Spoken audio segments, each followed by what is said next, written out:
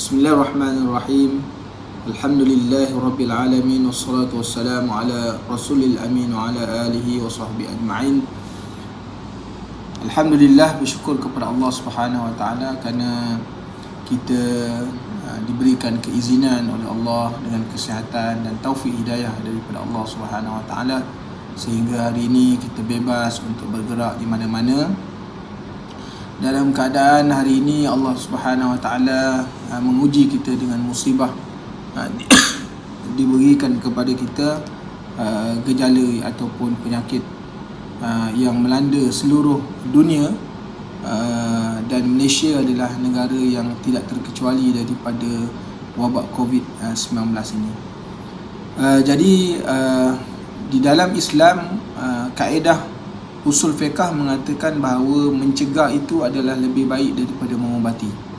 Jadi dengan sebab itu kita sebagai orang yang beriman kepada Allah Subhanahu wa taala hendaklah mengambil langkah-langkah pencegahan yang disebutkan sama ada melalui hadis-hadis Rasulullah sallallahu alaihi wasallam ataupun dengan petunjuk daripada para sahabat radhiyallahu anhum dan sebagainya. Jadi dengan sebab itu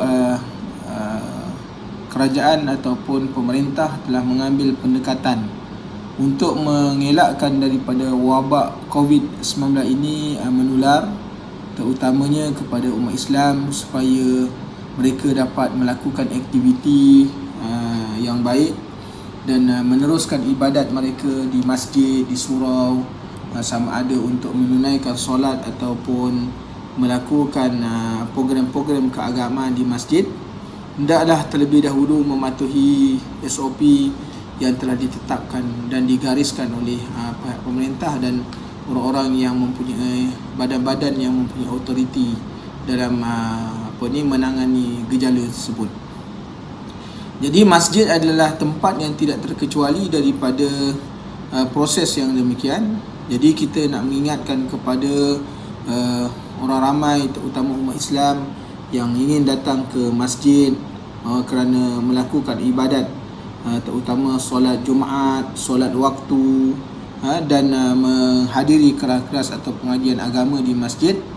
Pertama, mereka hendaklah terlebih dahulu berwuduk di rumah.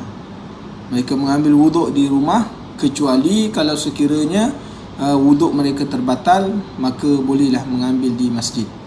Yang keduanya, langkah-langkah pencegahan hendaklah dilakukan di luar rumah apabila kita melakukan ada hubungan dengan jemaah-jemaah yang lain dari sudut perbualan ataupun dari sudut kita kata hubungan dari sudut sentuhan dan sebagainya, maka hendaklah mereka ni bila keluar daripada rumah untuk datang ke masjid memakai pelitup muka ataupun face mask. Jadi ini adalah langkah untuk mengawal ataupun mengurangkan gejala sekiranya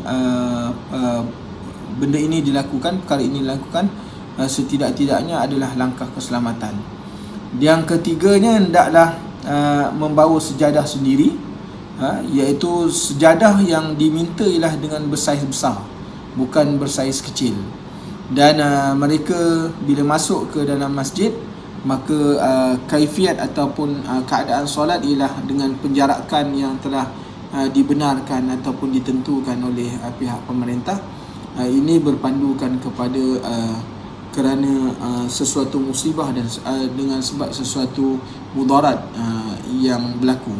Jadi dengan sebab itu kita nak mengingatkan kepada pihak jemaah ataupun orang Islam, muslimin dan muslimat, bagi perempuan membawa telekung sendiri ke masjid, kita akan maknanya menyekat ataupun menghalang, bukan dengan sebab tidak membenarkan, tetapi ini adalah langkah-langkah pencegahan yang boleh kita ambil kalau sekiranya sakit ataupun nak menegah wabak, maka pendekatan ini perlulah diambil. Dan masyarakat atau umat Islam janganlah memandang perkara ini sebagai satu pandangan negatif.